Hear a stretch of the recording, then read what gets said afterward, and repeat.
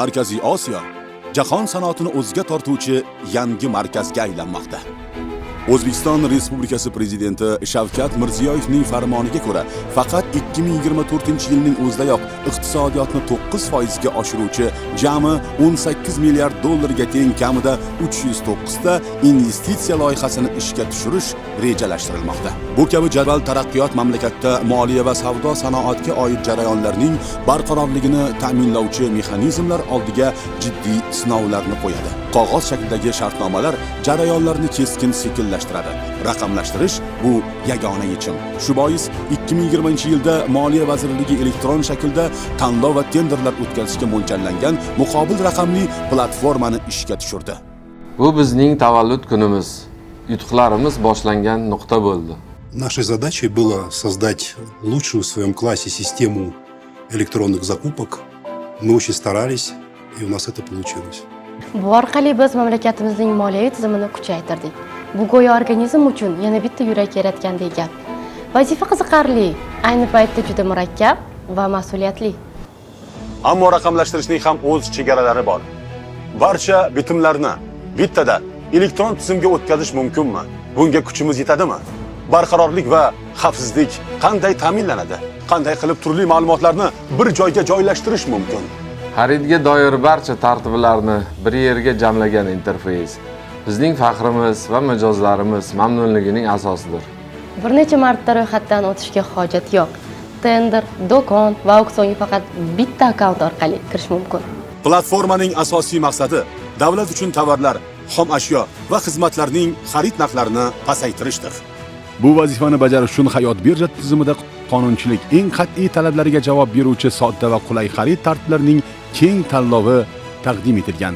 Hayot birja tizimida kundalik jarayonlar avtomatizatsiya darajasi ushbu sohada yetakchi boshqa dasturlarnikidan yuqori. Biz bunday tartiblarga doir interfeys va algoritmlarni sinchkovlik bilan ishlab chiqdik. Bu davlat tashkilotlariga ortiqcha mehnat sarfsiz hamma narsada oddiy kansiyalari qistirmasdan tortib, yirik ishlab chiqarish korxonalariga ham mablag'ni tejash imkonini beradi.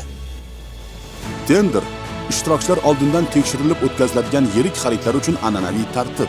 Eng yaxshi takliflarni tanlash, lotlar xarid qiluvchilar emas, balki ta'minotchilar tomonidan yaratiladigan tenderga teskari tartib. Hadli kelishuv, tenderga o'xshash tartib, ammo uzoq muddatli muntazam xaridlarga mo'ljallangan. Auksion, standart xususiyatlar va sifatdagi tovarlar narxlarini muqobillashtirish usuli. Davlat mablag'larini tejashga mo'ljallangan mazkur instrument birinchi marta Hayot birja tizimida raqamlashtirildi. Elektron do'kon bu ta'minotchilar tovarlari aks etadigan peshtaxta bo'lib, u yerda raqobatchilar avvalgi taklifdan yaxshiroq taklif berish uchun 2 vaqt beriladi. Milliy do'kon bu O'zbekiston Respublikasi mahalliy tovar ishlab chiqaruvchilarini qo'llab-quvvatlash uchun yaratilgan elektron do'kon. Biz yangiliklar kiritib, takomillashib boraveramiz. Shunday ekan biz raqobatdan qo'rqmaymiz. Hayot birja nafaqat budjet tashkilotlari, balki korporativ sektor vakillari orasida ham ommalashib bormoqda. Nodavlat tashkilotlar o'rtasida tuzilgan shartnomalar bitimlarning katta qismini tashkil qiladi. Ular esa anchagina talabchan mijozlar sirasiga kiradi. Albatta oramizda qog'oziy tartibdan elektron tartibga o'tishni xohlamaydiganlar ham bor. Ularning fikricha, insonlar orasidagi muomala yo'qolayotganimiz. Ammo Hayot birjaning ularga ham munosib javobi bor. Elektron mexanizmlarni qonuniy o'tkazish, pul mablag'larini tejash va korrupsiyani oldini olgan holda inson muomalasini ham chetga surib qo'ymaymiz. Bizning qo'llab-quvvatlash xizmatimiz 1 yilning ichida 150 mingdan ortiq qo'ng'iroqlarga javob berib, ular ko'tarilgan masalalar bilan ishladi. Biz mamlakatimizning qadimiy an'analariga rioya etgan holda o'z mijozlarimizga ham so'z bilan, ham ish bilan samimiy yordam beramiz. 2020-yili atigi 8 nafar xodimimiz bor edi. Hozir esa jamoamizda 50 dan ortiq kishi xizmat qilmoqda. Va mana shu 50 kishi davlat ahamiyatidagi shunday ishlarni bajarib kelmoqda. 4 yillik faoliyatimiz davomida biz davlatning 5 trillion so'mdan ortiq mablag'larini tejashga hissa qo'shdik. Bu mablag' evaziga, masalan, qo'shimcha 140 ta maktab qurish yoki 400 kilometrdan ortiq yo'lni asfalt qilish mumkin.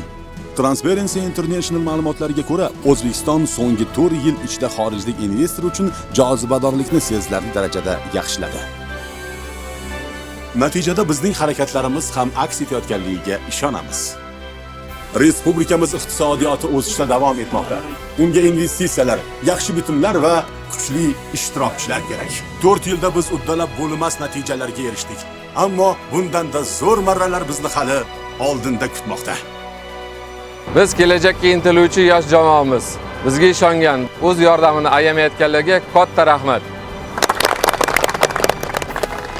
Biz bilan xaridlaringiz kutganingizdan salmoqli bo'ladi.